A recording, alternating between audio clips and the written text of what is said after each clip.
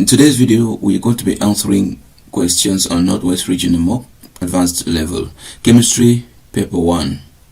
If you haven't subscribed, consider doing so that you won't miss any of the future videos. So if there are any problems encountered, feel free to email me. Links are given in the description below. Question 1. Which statement about Avogadro constant is correct? So what's Avogadro's constant? This is the number of particles in 1 mole of a substance. So we are saying that a substance should contain 1 mole, and number of particles is given by Avogadro's number times the number of moles of a particular substance. So therefore the Avogadro's constant will be number of particles divided by a mole. So we talk about per mole of a substance. They say A, it is number of atoms in 1 mole of neon. B is the mass of 6.02 times 10 to the 23 atoms of any element, which is not true. C, it is the number of atoms in 12 grams of any element, which is not true. It is the mass of 1 mole of any element, which is not true. It makes A to be our correct answer. The number of atoms in 1 mole of neon. So far as it is a mole, number of atoms present will be Avogadro's number, making our option A to be correct. Question 2. Identify the element with a hexagonal close-packed structure. So for a hexagonal close-packed structure, we talk about an atom or an element which has a smaller size and has close packing density. So for magnesium is said to have a hexagonal packed structure due to its small atomic radius and a high packing density. So our correct option is D. Question 3. Which of the following factors increases the rate of a chemical reaction? So we talk about decrease in temperature, which is not true. For a decrease in temperature, instead reduces the kinetic energy of reactant particles. B, decrease in pressure. A decrease in pressure will also decrease rate of reaction. C, decrease in activation energy, which is making some sense because activation energy is energy required for reactant to be completely converted to product. So let's take, for instance, we have an energy cycle like this. This is an energy diagram for an exothermic reaction. So we look at the implication of activation energy. We say for this, it is catalyzed reaction, and for this other one, uncatalyzed. So the activation energy decreases for a catalyzed reaction, making the products to be easily formed, hence increase in the rate of the reaction. So we say that a catalyst functions to lower activation energy. Let's say a reaction needed 100 kilojoules of energy. A catalyst comes in now to bulldoze it to maybe 60 kilojoules of energy for the same reaction to go to completion. So we say decrease in activation energy will increase rate of reaction, making our answer to be C, decrease in activation energy. Question 4. A sample of a compound with relative molecular mass 150 has the following composition by mass: 2.4 carbon, 0.3 grams of hydrogen, and 4.8 grams of oxygen. Its empirical formula is, so we want to get the empirical formula. So we have carbon, hydrogen, and oxygen. We have 2.4 carbon, 0.3 hydrogen, and 4.8 oxygen. So in order to go about calculation of empirical formula, we divide all through by their relative atomic masses. We have 12, we have 1, and we have 16. And the values are going to give us 0.2, 0.3, 0.3. And when we have these moles, we'll divide by the smallest mole ratio. So divide by 0.2, 0.2, 0.2.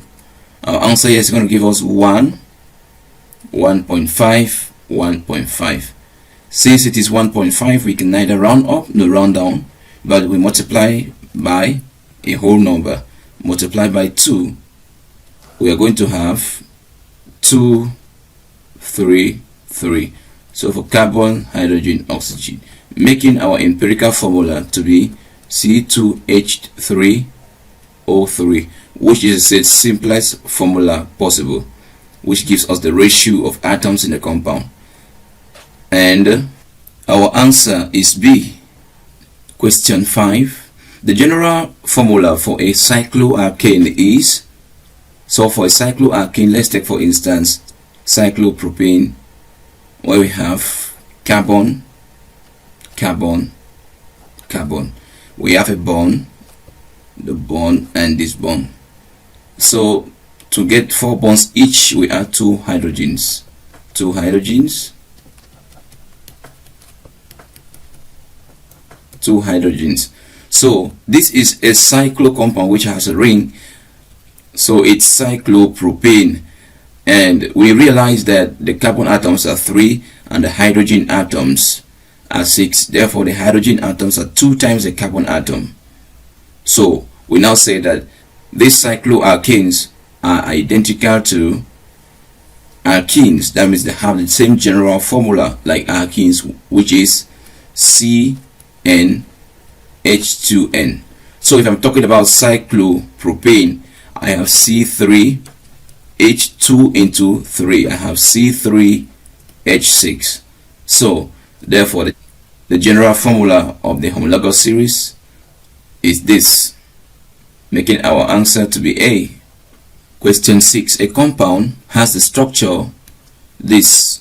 So we have this structure CH2, CH, bromo, CH3. The number of stereoisomers is, so we are having in stereoisomerism geometric or optical isomerism. For geometric isomerism, we have at least carbon to carbon double bond with some identical groups. You can talk about identical groups or non-identical in some way with other groups attached here. So for geometric, we have an identical group that we can either have this for cis, and we have something like this for trans. So cis and trans. So look at this compound, it doesn't have that property, so it doesn't have any geometric isomer. Now for optical isomerism, we should have a carbon atom that is bonded to 4 different groups. And so for optical, we have a carbon atom, which is this, bonded to bromine, hydrogen. We have the methyl group and the ethane group. So we have a carbon atom bonded to 4 different groups, and if it is optically active, it means that it's going to have a mirror image, and the mirror image will be this, where you have bromine, hydrogen, we have CH, and we have the methyl group, which means that it has 2 optical isomers which are mirror images of each other because of the presence of a chiral carbon, making our option B to be correct, 0 geometric and 2 optical. Question 7. Which element, when burnt in oxygen, produces an oxide, which is a reducing agent? So for a reducing agent, it is that which reduces one species and itself becomes oxidized. So magnesium, when burnt in oxygen, will give an oxide, and the oxides of magnesium are good reducing agents. They will reduce other metal oxides to their corresponding metals. So when magnesium reacts with oxygen, it gives us magnesium oxide, and this is a magnesium oxide that reacts with another metal oxide like copper 2 oxide to give us their elemental metals. So we have magnesium oxide plus copper 2 oxide giving us magnesium solid plus copper solid. plus oxygen gas. So that is what we have. So magnesium oxide is now called reducing agent, making our answer B to be correct. Question 8. The species with a trigonal pyramidal shape is. So from this species, let's try to draw out their structures. For boron trifluoride, we have no lone pair, we have all bonded pairs, which will repair themselves equally, giving rise to a trigonal planar shape. But for the sulphate ion, we have the reception of 2 electrons, that's why we have 2 minus, and this has a lone pair on sulfur, and so the lone pair of electrons on sulfur repairs the bonded pairs, thereby pulling them towards each other, giving rise to a trigonal pyramidal shape. So the sulphate is trigonal pyramidal. The carbonate, when expanded, is trigonal planar, something like this, and the bond angle is 120, which is giving rise to trigonal planar. And for the ammonium ion, it has a tetrahedral shape.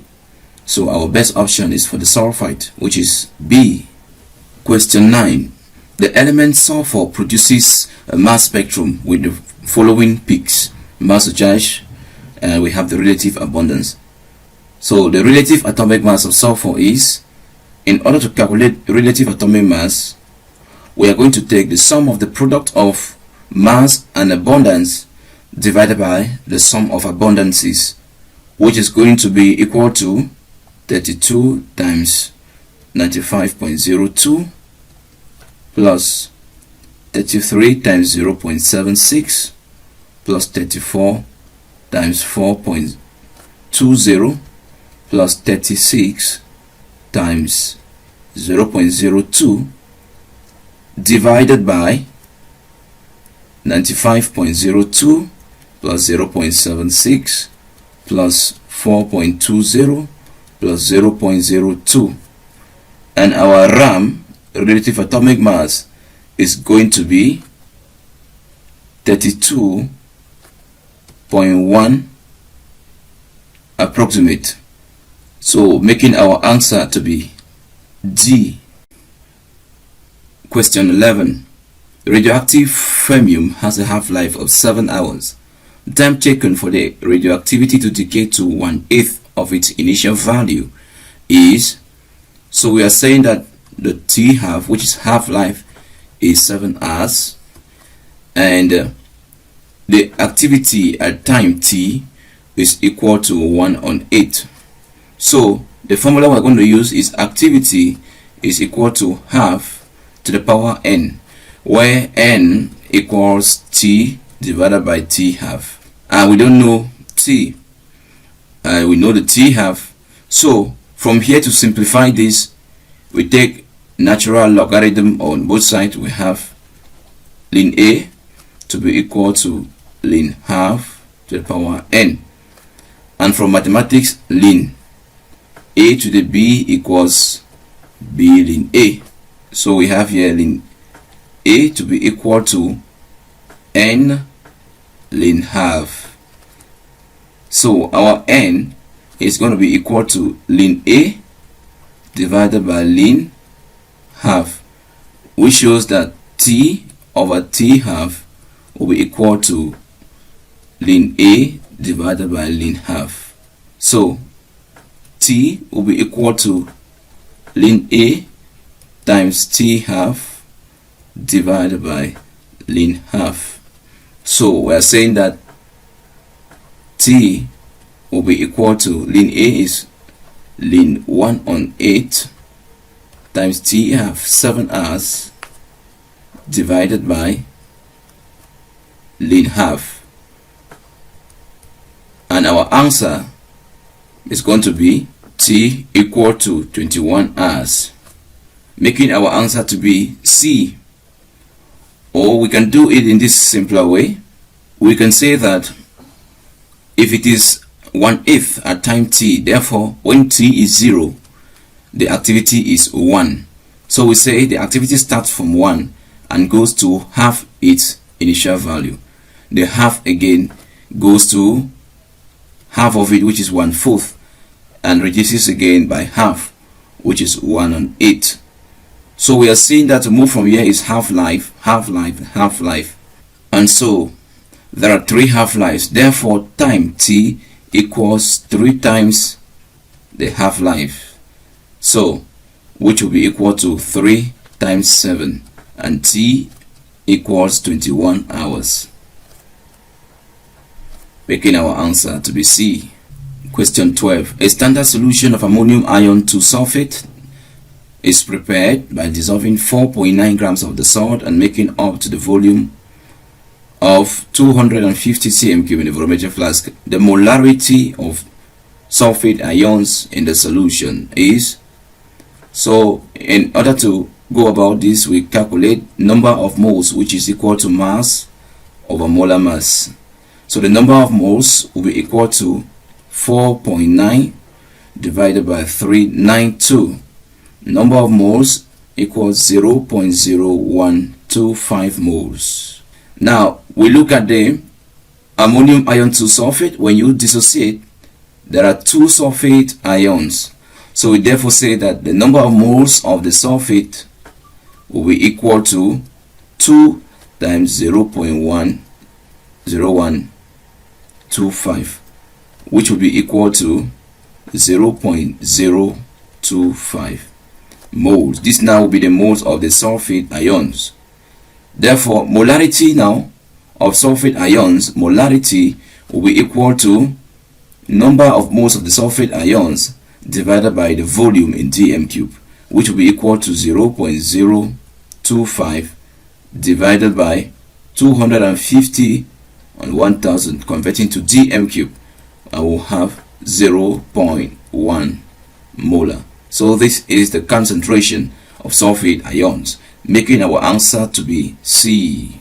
Question 14. Which compound produces a yellow precipitate with 2,4-dinitrophenyl hydrazine reagent and also with alkaline aqueous iodine? So we want to look for a compound that gives positive iodoform, that is iodine in sodium hydroxide, and with 2,4-dinitrophenyl hydrazine. So we have, for this test, we are strictly testing for carbonyls. Carbonyls, either aldehyde or ketones. And for this, we are testing for the presence of a methyl carbon O. We say that it should have a methyl group, carbon atom, oxygen, where you can have R as an alkyl group. This is a condition for positive iodoform test. So we are saying that it should be a carbonyl compound for 2,4-dinitrophenyl, and it should have this property if it has to give a positive test. So when we look at butanol, butanol is CH3CH2 CO.CH3, where we have the methyl group, we have a carbon, and we have oxygen, and this is an alkyl group. So butanol would be our correct option. It is a carbonyl compound, and then it also has methyl carbon O. C is our best answer. Question 15. Which of the following compounds is the most basic? So for basicity, we have the trend as secondary amines are more basic than primary amines, which are also more basic than tertiary, and tertiary are more basic than ammonia, and ammonia itself is more basic than a phenylamine, and a phenylamine again is more basic than an amide. So for basicity, it's about the tendency of the lone pairs of electrons on the nitrogen atom to be donated. So if we are talking about donation of the lone pairs, so it is also as to say easy protonation. So according to this trend, we'll realize that primary amines are more than ammonia. Since we have phenylamine, we have ethylamine, ammonia, and ethanamide. So we are going to choose our correct option to be the primary amines, because the lone pairs on the nitrogen atoms are easily available for donation. So making B to be our correct answer. Question 16. Which statement about the compounds of group 2 is correct? We have barium carbonate is less thermally stable than strontium carbonate. We have strontium before barium, and we say that for the group 2 elements, they are thermally unstable because of high polarizing power of cations. Since the polarizing power is high, they will distort the negative ions, making the bond to be unstable. So down the group, the cation becomes larger and polarizing power decreases, hence thermal stability. So since strontium comes before barium, then we are going to say that barium should be instead more thermally stable than strontium, which makes A off. B. Barium sulfate is less soluble than magnesium sulfate. Solubility of the sulfates decreases down the group. So for the group 2, we say that there is decrease in solubility down the group due to increase in lattice energy of the ions. So B is correct. C. Calcium hydroxide is less soluble than magnesium hydroxide. We have magnesium before calcium, and for the hydroxide, solubility increases down the group due to increase in hydration energy. So this one is false, and of course calcium nitrate is not more thermally stable than strontium, which is also false, making our correct option to be B. Question 17. Select an equation that represents the second ionization energy of chlorine. For second ionization energy, it means that we are removing an electron from an already charged chlorine atom to form now a dipositive ion, forming something of this magnitude. So for second ionization energy, we are removing an electron from chlorine, which is the first electron we are removing, and to form a dipositive ion, it means that electrons are removed. If it is negative ion, it shows that electrons are added. So it makes our answer to be C, because equation C is this: second ionization energy. A is the first electron affinity because it is negative. B is second electron affinity because it is negative. And this one is virtually impossible because two electrons cannot be added at the same time. So our answer remains C. Question 18. The name of the compound below is, so we have this compound and we realize that the longest possible chain is this, where we have two carbon atoms, 3, 4, and the chlorine atom is on carbon 1 before the double bond, and this is a geometric isomer, so it can have its correspondence, but this is a cis isomer where hydrogen atoms are on the same side. If they are reversed, it will now become a trans isomer. So knowing that this is our longest chain, we can call this 1, 2, this one is 2 of them, we have 3, 4. And to that effect, chlorine happens now to appear on carbon 1. The double bond as well on carbon 1. So it gives us a cis isomer, which is cis. We now have 1 chloro. We have now but 1 ene.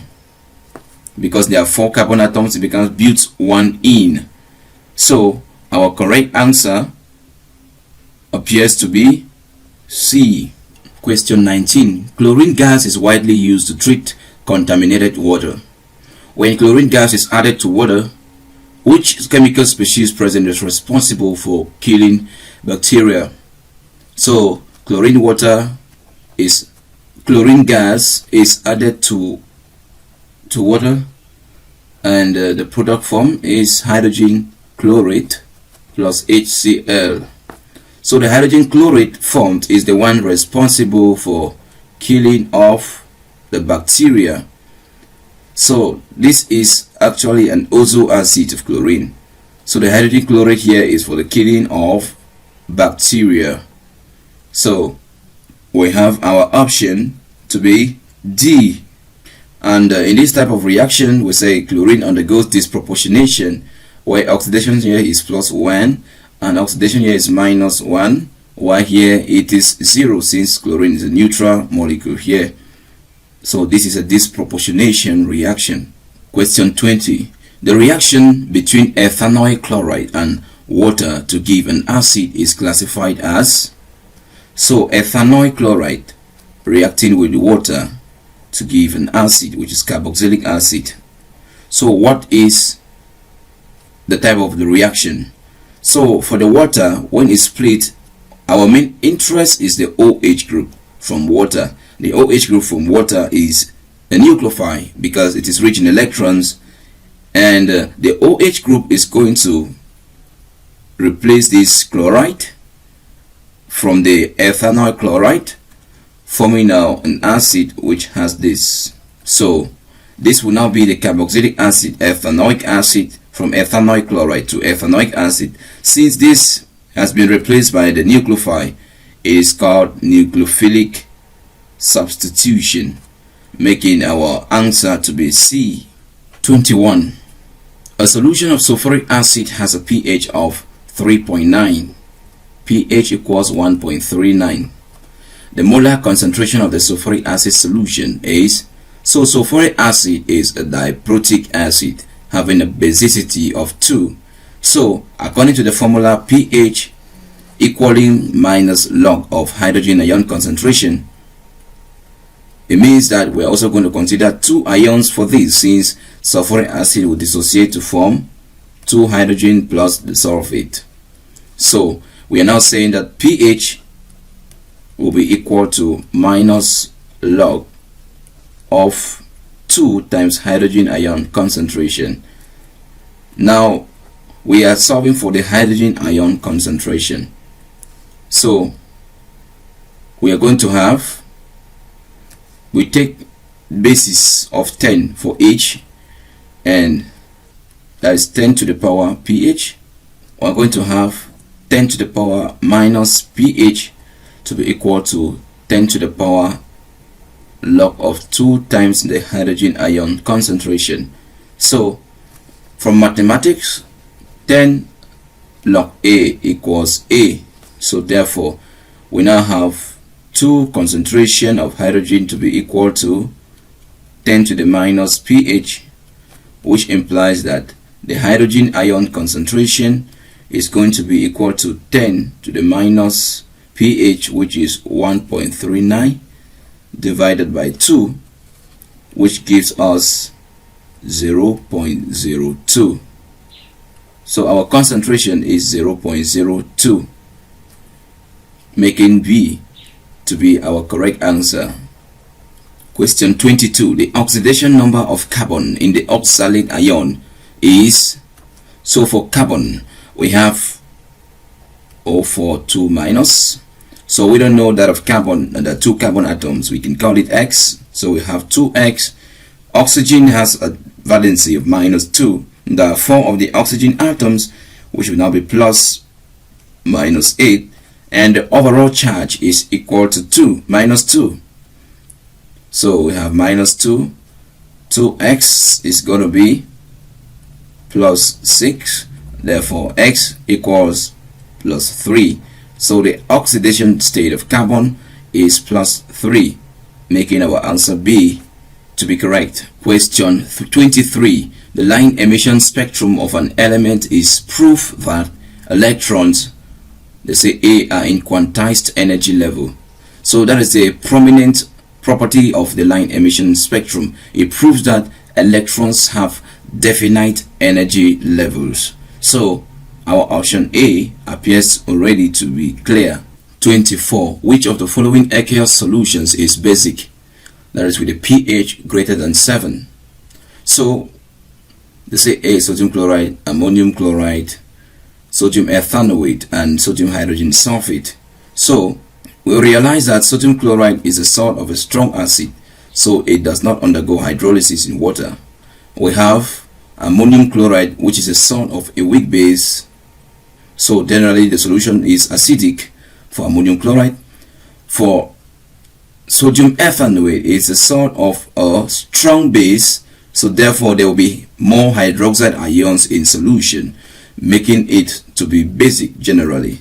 So We have for the sodium hydrogen sulphate, which is also a strong acid, it will not dissociate in water.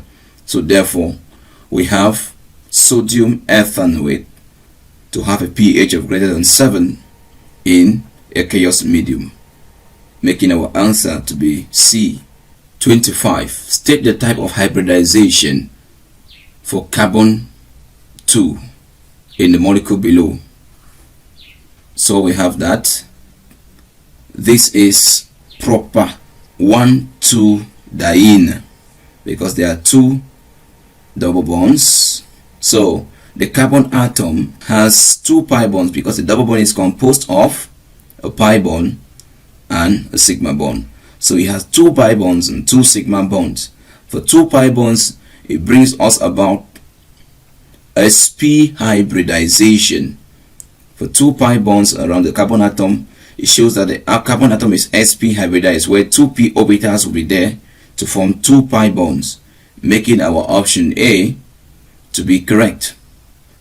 So that is the end for this session.